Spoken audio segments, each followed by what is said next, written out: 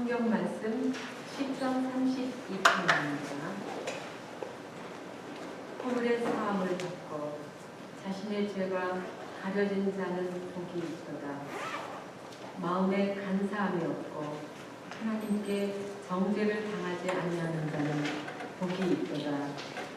내가 입을 열지 아니할 때에 종일 신음함으로 내 뼈가 쇠하였도다.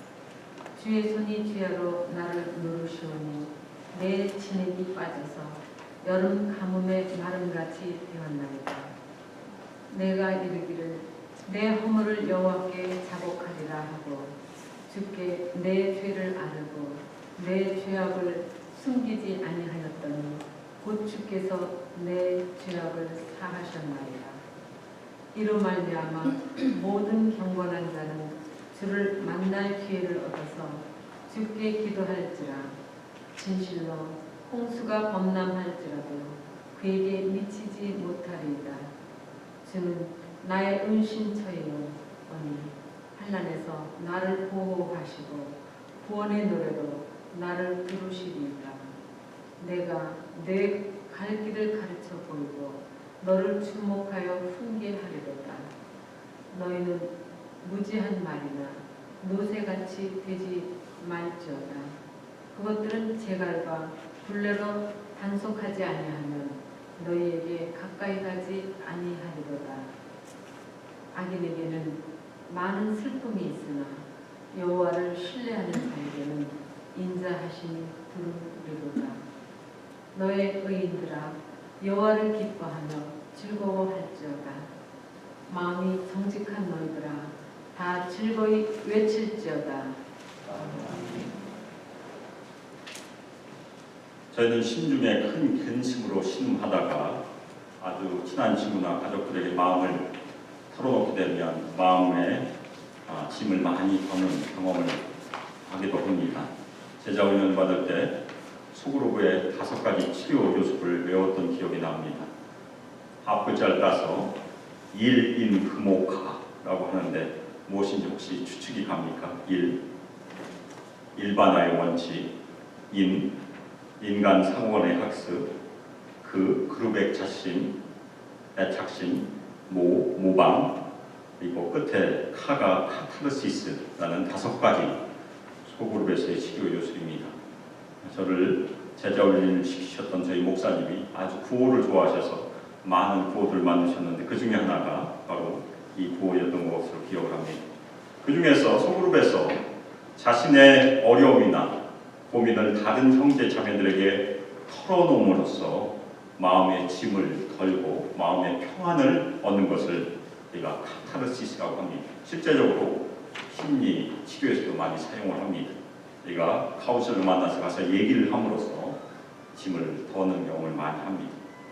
다른 사람들에게 어려움이나 고민을 털어놓는 것을 통해서 마음의 평안은 저희가 얻을 수 있지만 우리는 하나님께 죄악을 고백하고 진실로 회개할 때 오늘 말씀에서는 하나님의 용서를 경험하는 축복을 맛보게 된다고 저희를 초청하고 있습니다. 그것이 오늘 말씀의 주제입니다.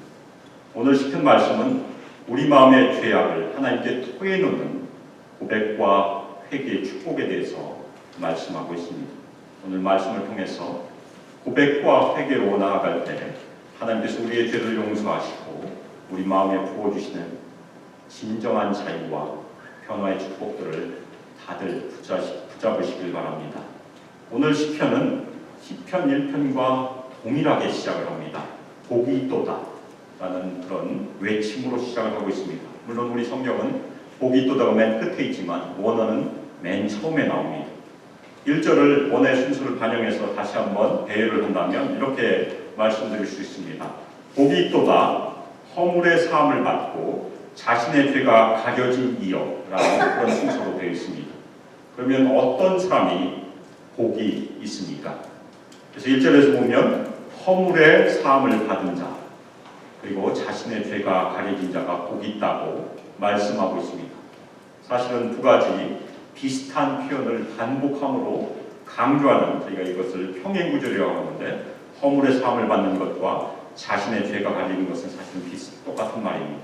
그래서 허물로 번역된 이 말은 반역이나 위반, 범죄를 의미하는데 하나님의 율법을 범한 것, 그리고 하나님의 언약을 어긴 것을 의미하고 있습니다. 두 번째 죄라는 것은 저희가 화살을 쏘거나 요즘은 총을 쏘게 되는데 관역을 맞추지 못하고 벗어나는 것, 불사이를 맞추지 못하는 것을 사실 죄라고 부릅니다. 원래 언어의 의미가 그렇습니다. 그러면 하나님께서 원하신 절대적인 도덕적 표준을 맞출 수 있는 사람은 이 세상에 없다는 것입니다. 사실 모든 인생은 저희가 열심히 노력하고 우리가 열심히 하나님의 기준에 도달하고 애를 쓰지만 다 벗어나게 되어 있다는 것입니다.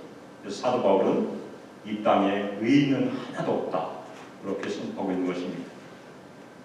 그래서 우리의 죄가 가려진다는 그 의미는 하나님께서 죄를 덮으심으로 용서한다는 의미로 저희가 이해를 할 수 있습니다. 따라서 1절은 하나님의 율법이나 언약에 대한 반역의 죄를 용서받은 사람에 대한 축복을 말씀하고 있는 것입니다. 그리고 2절에서는 이어서 마음에 간사함이 없고 여호와께 정죄를 당하지 않는 사람이 복이 있다고 하나님은 말씀합니다. 복 있는 사람은 원래 마음에 간사함이 없는 사람이 아니고 원래 우리는 죄가 있었습니다. 그렇지만 저희가 죄를 고백하고 용서를 받을 때 우리 죄가 씻어지기 때문에 간사함이 사라지는 것입니다. 그런 사람이 복이 있다는 것입니다. 또 하나, 하나님의 정죄를 당하지 않는다는 그 말의 원뜻은 하나님께서 기억하지 않는다는 의미가 있습니다.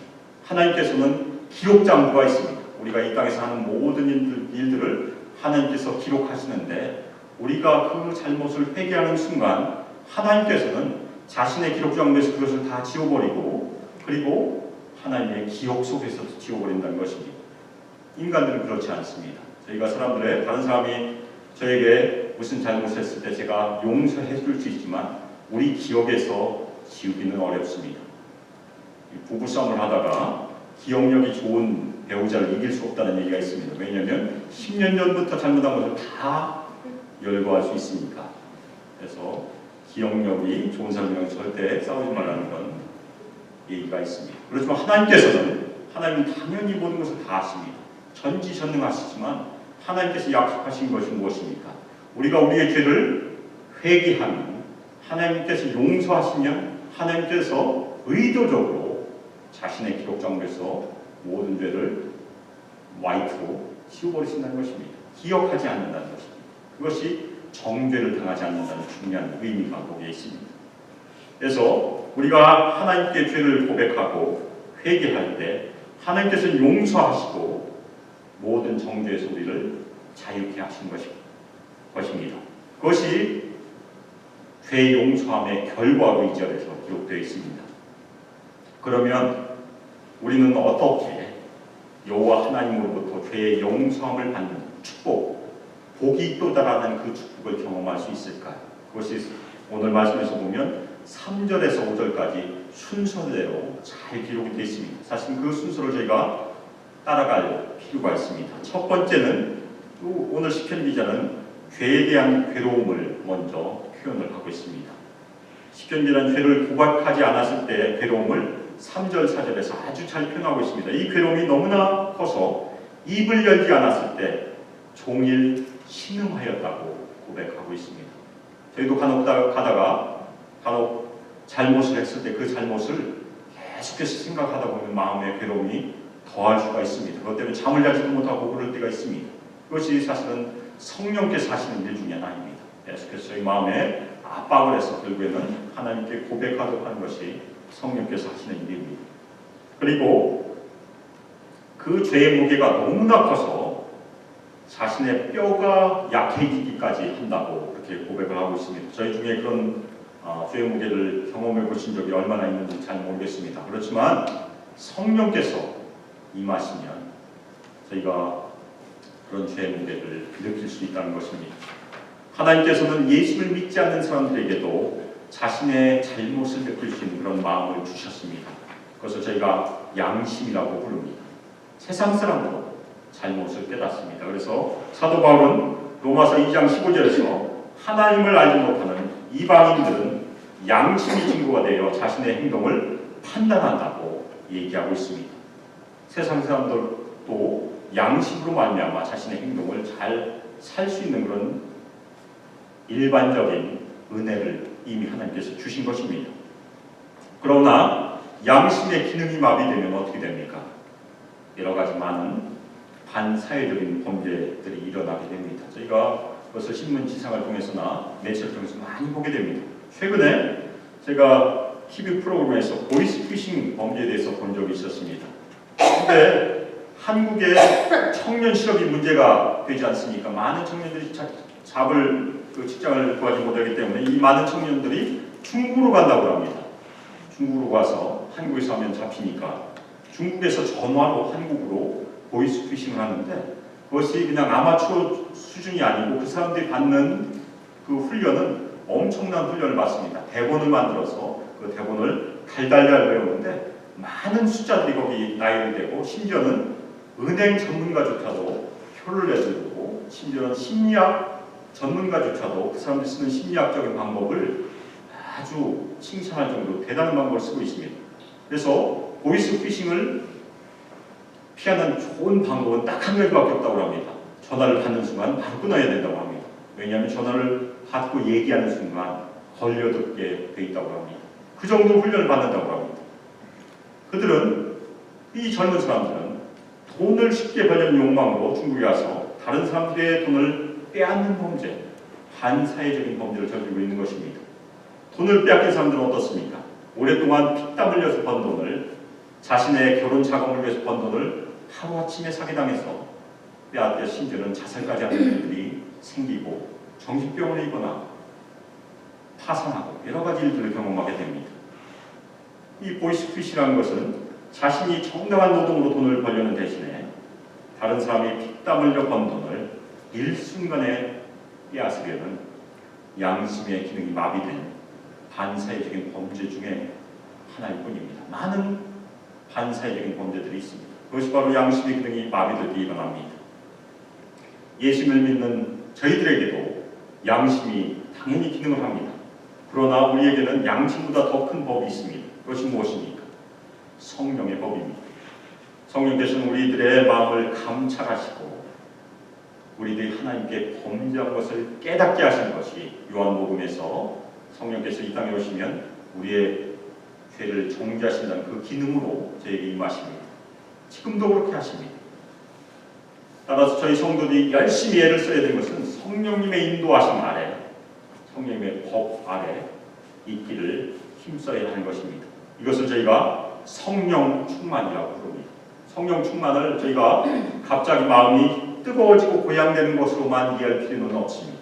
오히려 성령 충만은 말씀이 우리 삶 가운데 항상 살아있어서 거하는 삶으로 이해한 것이 더 바람직할 것입니다. 성령께서는 특별히 기록된 하나님의 말씀으로 일을 하실 때가 많이 있습니다. 저희는 말씀을 묵상하다가 어느 날 이미 저희가 잘 알고 있는 말씀을 묵상할 때 그 말씀이 저희 가슴을 찌르는 경험을 합니다. 묵상을 하시다 그런 경험을 많이 하셨을 것입니다. 그것이 바로 성령께서 하나님의 말씀을 통해서 우리의 마음을 찔러 쪼개는 그 일을 하신 것입니다. 그것이 성령께서 살아있는 하나님의 말씀으로 역사하시는 그런 경험이고 그러므로 인해서 우리를 하나님 앞으로 세워주신 것입니다. 그래서 우리가 하나님 앞에 죄를 회개하도록 인도하신 것입니다. 이 말씀으로 인한 성령 충만을 골로새서 3장 16절에서 그리스도의 말씀이 우리 속에 풍성히 거하는 삶으로 표현하고 있습니다. 골로새서 3장 16절 읽겠습니다. 그리스도의 말씀이 너희 속에 풍성히 거하여 모든 지혜로 피차 가르치며 권면하고 시와 찬송과 신령한 노래를 부르며 감사한 마음으로 하나님을 찬양하고 우리는 매일매일 하나님의 말씀을 묵상하고 그 말씀에 비추어 우리가 성령을 근신시키거나 회방하고 있지 않은지 기도함으로 하나님께 나아가야 되는 것입니다. 저희가 만약 성령을 근신시켰다면 성령을 회방했다면 당연히 회개해야 되는 것입니다. 그러나 저희 그리스도인들도 매너리즘에 빠져서 변화와 열정이 없는 삶을 오래 살다 보면 하나님의 말씀을 통한 성령의 음성에 둔감하게 됩니다. 그래서 이따금 저희는 개인적으로나 교회적으로나 지역적으로 그리고 역사적으로 성령께서 신자들을 회개하도록 강하게 역사하신 경험을 하게 되는데 이것을 부흥이라고 부릅니다. 저희 한국의 기독교 역사에서도 큰 부흥이 있었습니다. 저희가 1907년 평양 대부흥이 있었습니다. 그렇지만 2년 전에 1905년에 원산에서 부흥이 일어나서 그것을 저희가 원산 부흥이라고 합니다. 하디라는 선교사가 그분은 의사 선생님이셨었는데 조선의 제자들은 어땠습니까? 공부도 잘 못했으니까 당연히 약간 깔보고 열심히 가르치고 있었는데 어느 날 성령께서 그 마음을 지적하기 시작했습니다. 그래서 이 하디 선교사가 자신의 제자들 앞에서 자신의 교만을 회개했는데 성령께서는 그 회개를 사용하셔서 제자들도 회개하기 시작했고 그 회개가 전파되고 엄청나게 전파돼서 북조선이죠. 북한, 평양을 대부흥으로 이끌었습니다. 그 당시에 평양을 한국의 예루살렘이라고 부를 정도로 많은 부흥운동이 일어났던 것으로 기록이 되어 있습니다. 세계 부흥사에 기록되어 있는 중요한 부흥의 역사입니다. 그것이 성령께서 하신 일입니다. 한 사람의 회개를 통해서 우리나라의 역사를 바꾸는 그런 중요한 일이었습니다. 저희 모두도 이 부흥을 위해서 열심히 기도해야 합니다. 미국에서도 그런 부흥이 있었습니다. 미국에서 2명의 신사가 점심때 모여서 기도하는 그 기도의 시작으로 미국에서도 부흥운동이 일어났었습니다. 그리고 저희가 잘 아는 조디 위필드하고 조나단 에드워즈 그 목사님을 통해서도 미국 전체를 부흥운동이 이끌었고 최근에 어떤 역사가는 미국의 민주주의를 해동케 하는 중요한 시작이 조지 위필드의 부흥운동이었다고 기록하고 있습니다. 왜냐하면 이분이 열심히 순례를 하면서 하나님의 말씀을 전해서 사람들을 계몽시켰기 때문에 그렇다고 합니다. 한 사람의 회개와 한 사람의 하나님께 대한 헌신은 역사를 바꿀 수도 있다는 중요한 그런 증거 중에 하나입니다. 그리고 영국에서도 누가 부흥을 이끌었습니까? 저희가 잘 아는 요한 웨슬리가 부흥을 이끌었습니다. 요한 웨슬리 원래 아주 마음이 냉랭한 사람이었습니다. 미국에 인디언을 선교하러 왔지만 아무런 결과를 얻지 못하고 배를 타고 다시 귀향하는 도중에 그 배가 난파될 지경이 있었습니다. 이 요한 웨슬리는 죽음에 두려워서 아주 덜덜 떨고 있었을 때 그 옆에서 열심히 하나님을 찬송하는 한 무리의 기독교인들이 있었습니다. 그 사람들이 모라비안이었습니다. 모라비안들이 세운 도시가 어디인지 혹시 아십니까? 여기서 멀지 않습니다. 베들레헴에 가면 모라비안들의 유족들이 많이 있습니다. 모라비안들이 베들레헴에 정착해서 그 동네의 이름들을 다 성경에 있는 이름으로 많이 바꾸어 놨습니다. 그래서 너무 충격을 받은 요한 웨슬리가 나중에 영국에 돌아와서 어느 날 모라비안 처치에 방문을 했고 그때 로마서 마틴 루터가 썼던 로마서 주석의 서문을 읽을 때 그 마음이 뜨거워진 경험을 했고 그 심령의 부흥에 대해서 이후에는 놀라운 하나님의 사랑을 쓰이게 되는 것입니다. 그것이 하나님께서 하시는 놀라운 부흥의 역사입니다. 하나님께서 저희도 사라져가 주시면 저희가 이 땅에서도 똑같은 일을 할 수 있는 것입니다. 저희가 열심히 기도해야 되는 것은 물론 저희가 개인적으로 열심히 노력해서 순종해야 되겠지만 하나님께서 50년에 한 번씩 아니면 100년에 한 번씩 한 교회나 몇몇 개인들을 사용하셔서 놀라운 역사를 이루십니다. 우리가 이 땅에 존재하는 이유가 무엇입니까? 왜 예수께서 우리를 이 땅에 남겨주셨습니까? 그냥 천국에 곧장 가면 더 좋을 텐데 거기는 고통도 없고 아무 슬픔도 없는데 바로 예수님이 증인이 되도록 저희를 이 땅에 남겨주셨습니다. 이 증인이라는 단어는 원래 처음에는 증인이라는 단어였었습니다. 그런데 계속 증인이 되다가 순교를 하다 보니까 지금은 이 증인이라는 단어가 순교자라는 단어가 되어버렸습니다. 많은 사람들이 복음을 위해서 순교했습니다. 우리도 예수의 증인이 되기 위해서 열심히 기도하고 실천해야 합니다. 그것이 하나님의 부르심입니다. 저희가 이렇게 함께 기도하기를 부탁드립니다. 오늘 현재 이곳에서 하나님께서 제가 무엇을 하기를 원하십니까? 그것이 하나님께서 저희를 부르시는 중요한 목적입니다. 많은 교회가 있고 많은 그리스도인들이 있지만 저희는 다 독특하게 부르심을 받은 한 개인이며 독특하게 부르심을 받은 한 교회입니다.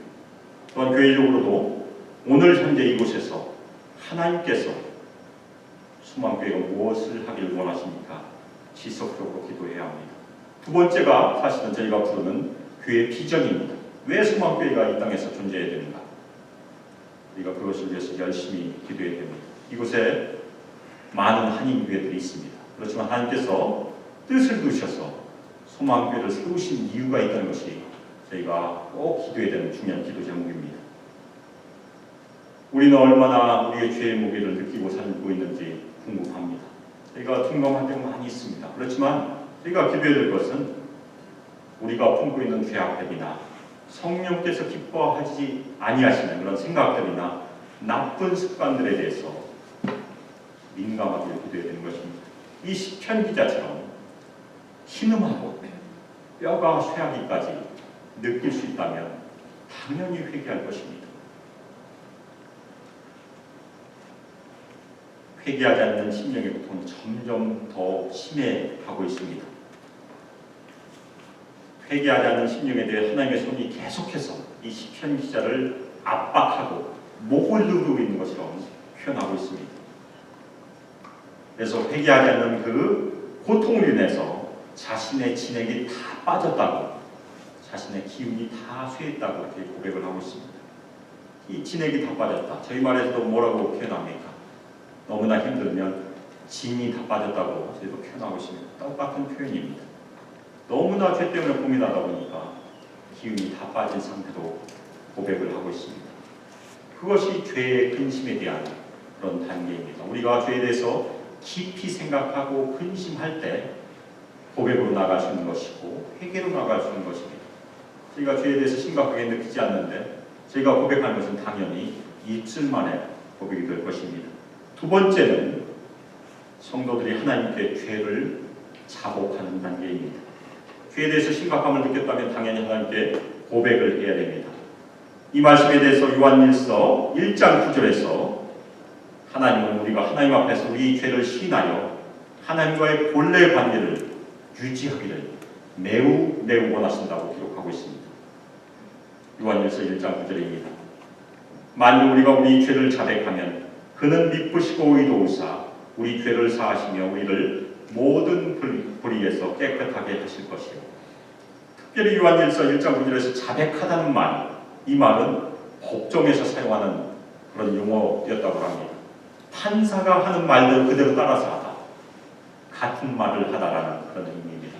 헬라어로는 호모 레게오라고 합니다. 호모는 같은, 레게오가 말하다 그런 뜻이니까. 하나님께서 원하신 것이 무엇입니까? 저희가 무슨 잘못을 했을 때 저희 생각으로 저희가 처음에는 그 잘못에 대해서 심각하게 생각합니다. 그렇지만 시간이 지나면 어떻게 됩니까? 계속해서 머릿속에서 변명을 만들어가게 되어 있습니다. 그리고 계속해서 축소하게 되어 있습니다. 그것이 인간의 연약함입니다. 그렇지만 하나님께서 우리에게 원하시는 것은 우리가 범죄한 것을 하나님께서 생각하신 대로 같은 말을 하라는 것이 자백하라는 그런 말의 의미입니다. 5절의 시편 기자는 먼저 자신의 죄를 하나님께 자백하였습니다.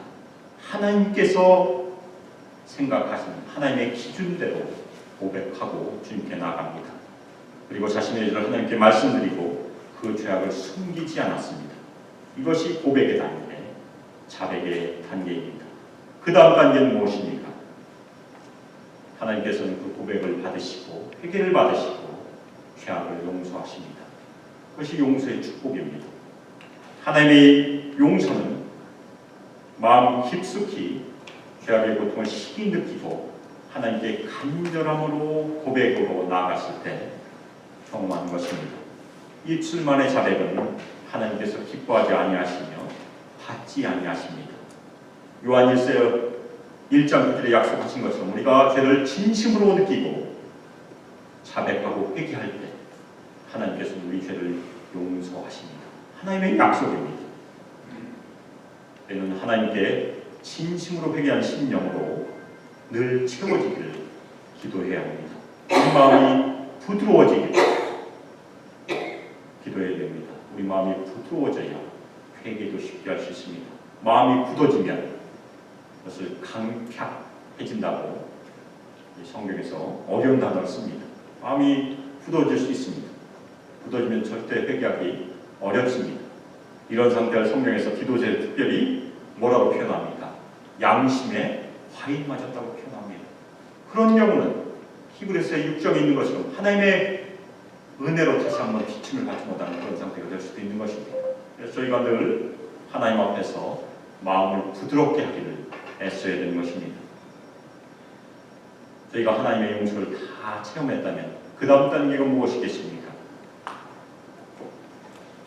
하나님의 용서를 체험한 성도들은 하나님께 기도로 나아갑니다. 그것이 6절부터 있습니다. 하나님을 찾을 수 있을 때 하나님께서 죄인에게 회개할 마음을 주신 하나님께서 가까이 계실 때 자백으로 인도하실 때 저희는 회개하고 하나님께 나아가야 됩니다. 그런 자가 바로 경건한 자입니다. 저희가 경건하기 때문에 기도하는 것이 아니고 하나님의 용서를 경험했을 때 저희가 경건을 회복하는 것이고 하나님께 기도로 나갈 수 있는 것입니다. 진실한 고백과 회개로 하나님께 나갈 때 저희는 하나님의 용서의 축복을 경험할 수 있는 것이고 시편 기자가 7절에서 고백하는 것처럼 저희도 동일하게 고백할 수 있습니다. 하나님 당신은 나의 은신처이오니 환난에서 나를 보호하시고 구원의 노래로 나를 부르리이다. 지난주에 말씀드린 시편 23편에서도 갑자기 시편 기자가 하나님을 당신이라고 표현한 것을 저희가 살펴보았습니다. 마찬가지로 여기서도 이 시편 기자가 하나님을 당신, 유로 표현하면서 기도로 나아갑니다. 왜 그렇습니까? 하나님의 용서를 체험했기 때문에 하나님께 찬양으로 고백으로 나아갈 수 있는 것입니다. 하나님은 우리의 은신처 되십니다.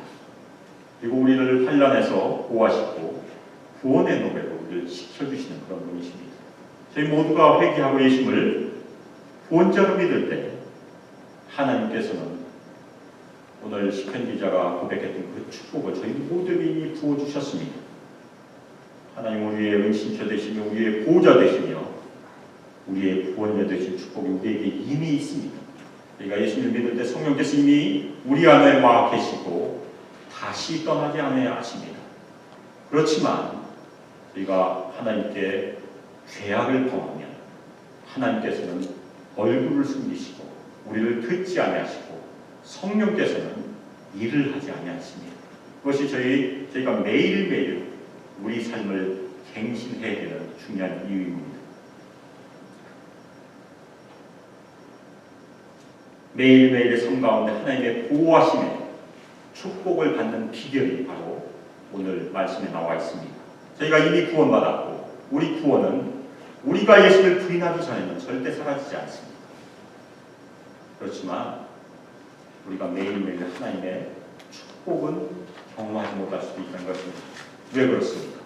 하나님께 범죄했을 때 우리가 죄악을 회개하지 않았을 때 하나님께서 얼굴을 숨기시고 하나님의 손을 거두시기 때문에 하나님의 축복을 경험할 수 없는 것입니다.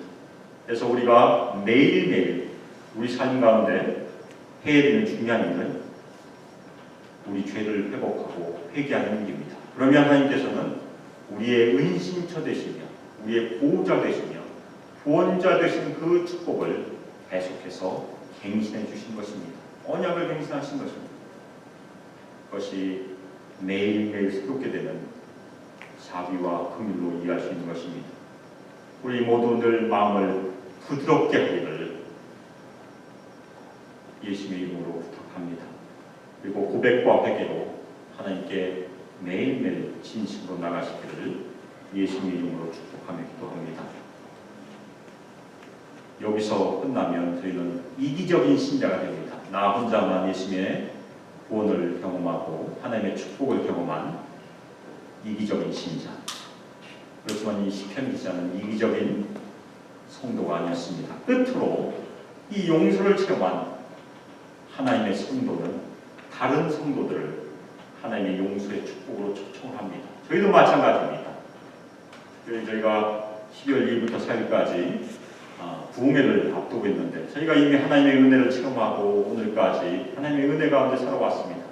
만일 저희가 하나님을 저희의 보호자로 믿고 우리의 은신처럼 믿고 우리의 구원자로 믿는다면 우리 혼자 그 은혜를 독식하지 말아야 되는 것입니다. 그것을 다른 사람에게 우리가 길을 발견했다면 다른 사람에게도 그 길을 알려줘야 되는 것이 우리가 해야 될 일입니다. 시편 기자도 그 하나님의 용서의 축복으로 다른 성도를 초청합니다. 8절 9절에 보면 다른 성도들에게 갈 길을 가르쳐 보이고 훈계하겠다고 말하고 있습니다. 특별히 구약성경에서 길이란 단어와 걷다란 단어는 굉장히 중요한 그런 의미를 가지고 있습니다. 이 길은 의로운 길, 지난주에 말씀드렸던 하나님께서 정하시고 하나님께서 인도하시는 구원의 길, 그 길을 의미합니다.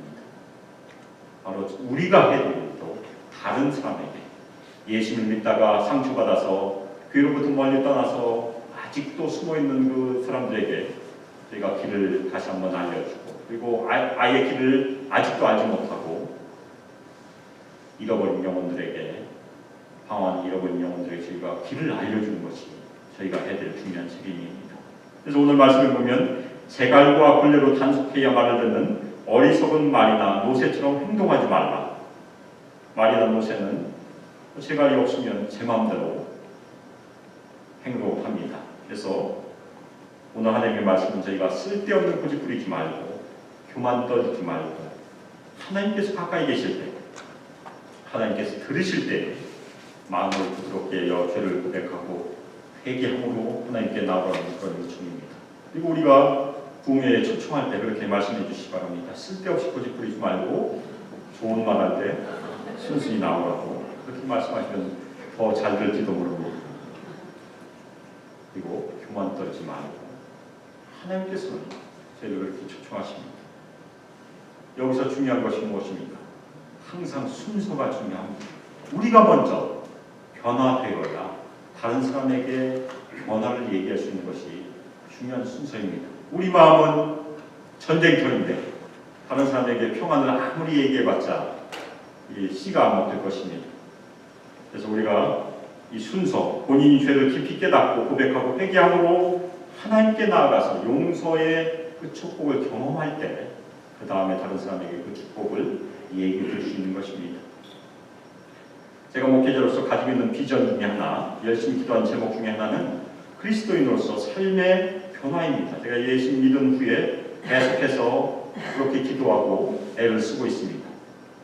제가 요즘 기도하는 기도 제목 중에 하나가 하나님 제가 어떤 면에서 변화받기를 원하십니까? 라고 기도하고 있습니다. 저도 당연히 변화해야 되니까 오늘 화면에서는 제가 무엇을 변화받기를 원하십니까? 어법이 약간 애매해서 바꿔보았습니다. 하나님 제가 어떤 면에서 변화받기를 원하십니까? 이렇게 기도하고 있습니다. 목회자로서 제가 영적으로 변화해 가지 않는데 어떻게 다른 사람에게 변화하라고 설교할 수 있겠습니까? 그래서 열심히 기도하고 하나님께 나아가고 있습니다. 저희 모두도 이 기도에 동참할 필요가 있습니다. 왜냐하면 저희 모두가 하나님께서 부르신 부름받은 자들이기 때문에 그렇습니다. 예수님의 말씀처럼 우리는 우리 눈에 잘못된 들보부터 빼내야 되는 것입니다. 우리 눈이 치유함을 받고 다른 사람을 영적으로 인도해야지. 만약 눈이 치유함을 받지 못하면 무엇입니까? 예수님이 바리새인들에게 얘기했던 것처럼 소경이 소경을 인도하는 꼴이 되는 것입니다. 둘 다 구덩이에 빠져서 죽을 수 있다는 것입니다.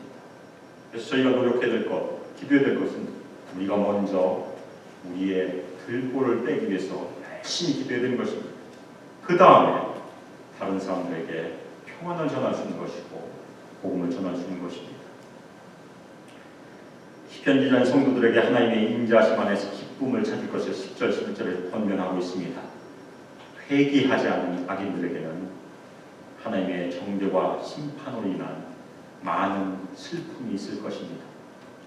그렇지만 하나님을 신뢰하고 고백과 회개로 하나님께 나가 하나님의 용서를 체험한 성도들에게는 하나님의 인자가 두루마리처럼 덮을 것이라고 얘기하고 있습니다. 이 인자, 지난주에도 나왔지만 헤세드 사랑입니다.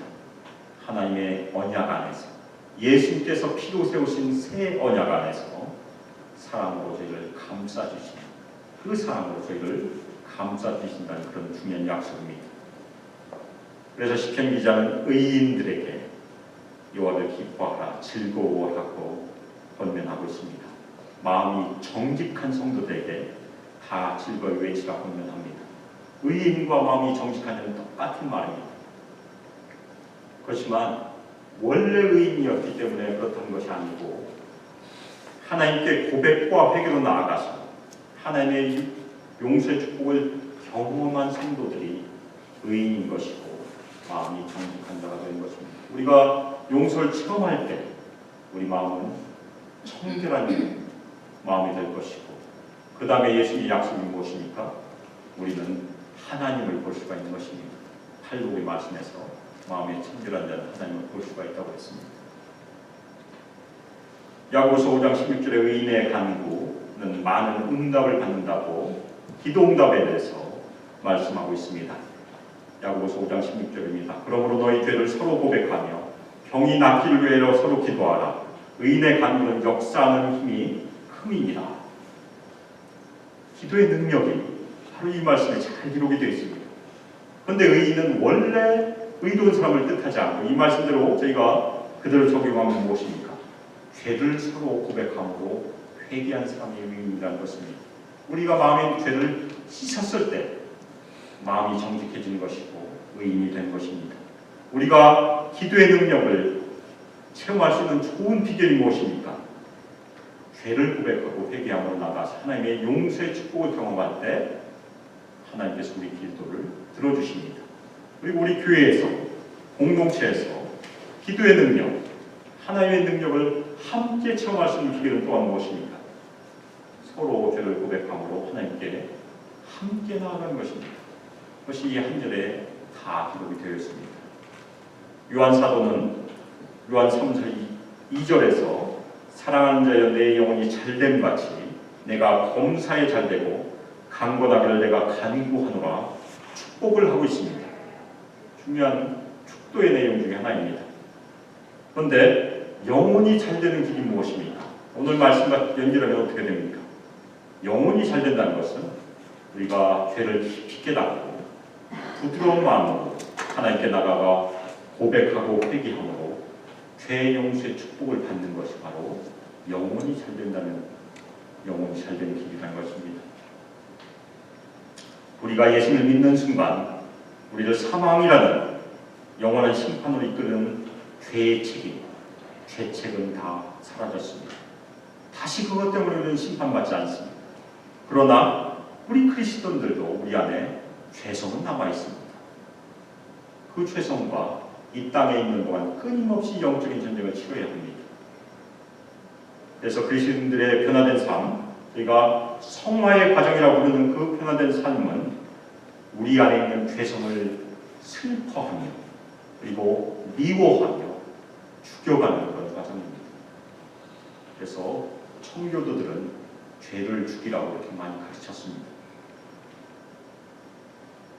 우리가 하나님의 말씀에 불순종하여 말이나 행실이나 생각으로 범죄했다면 당연히 하나님께 고백하고 회개하고 나가야 됩니다. 그리고 고백할 때 하나님께서, 특별히 성령 하나님께서 우리 마음을 감찰해 주시길, 살펴주시길 기도함으로 나가야 됩니다. 그것이 바로 우리 영혼이 잘된 길이고 우리 영혼이 늘 거룩함을 유지하는 길이고 우리 영혼이 새로워지는 길이며 우리 영혼이 흠없고 죄 없는 예수님의 모습도 점점 닮아가는 그런 길입니다.